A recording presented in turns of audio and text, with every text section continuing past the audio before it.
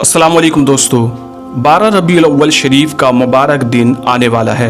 आज की इस वीडियो में हम जानेंगे कि मुग़लिया सल्तनत में मिलाद रसूल सल्लल्लाहु ताला अलैहि वसल्लम के दिन किस तरह की तक़रीब मनाई जाती थी।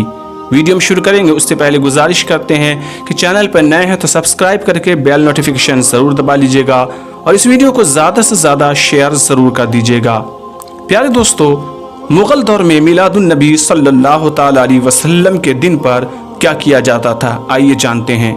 मशहूर तारीख़दां बादऊनी लिखते हैं कि मुग़लों के लिए मिलाद रसूल सल्लल्लाहु ताला अलैहि वसल्लम एक मुकम्मल ज़ाती तक़रीब हुआ करती थी, जिसमें तिलावत कुरान की जाती थी, नाते रसूल मक़बूल सल्लल्लाहु अलैहि वसल्लम पढ़ी जाती थी और नबी करीम सल्लल्लाहु ताला अलैहि वसल्लम के दौर के वाक़यात को याद किया जाता था।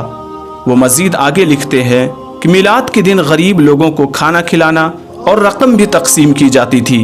मिलाद के लिए खुसूसी शायरी पढ़ी जाती थी, नबी पाक सल्लल्लाहु ताला अलैहि वसल्लम की तारीफ़ की जाती थी और मदीना के लिए मोहब्बत बयान की जाती थी।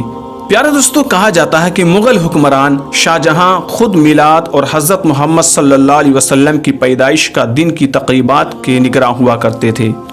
शाहजहां दुर्वेशों, उलमा और मुअज़्ज़ज़ लोगों के हमरा खुसूसी दुआ में भी शरीक हुआ करते थे।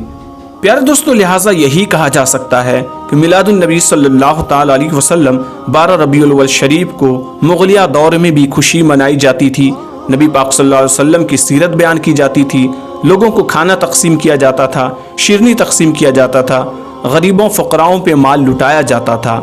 आइए हम सब भी इस मुक़द्दस दिन को बड़ी खुशी के साथ मनाते हैं।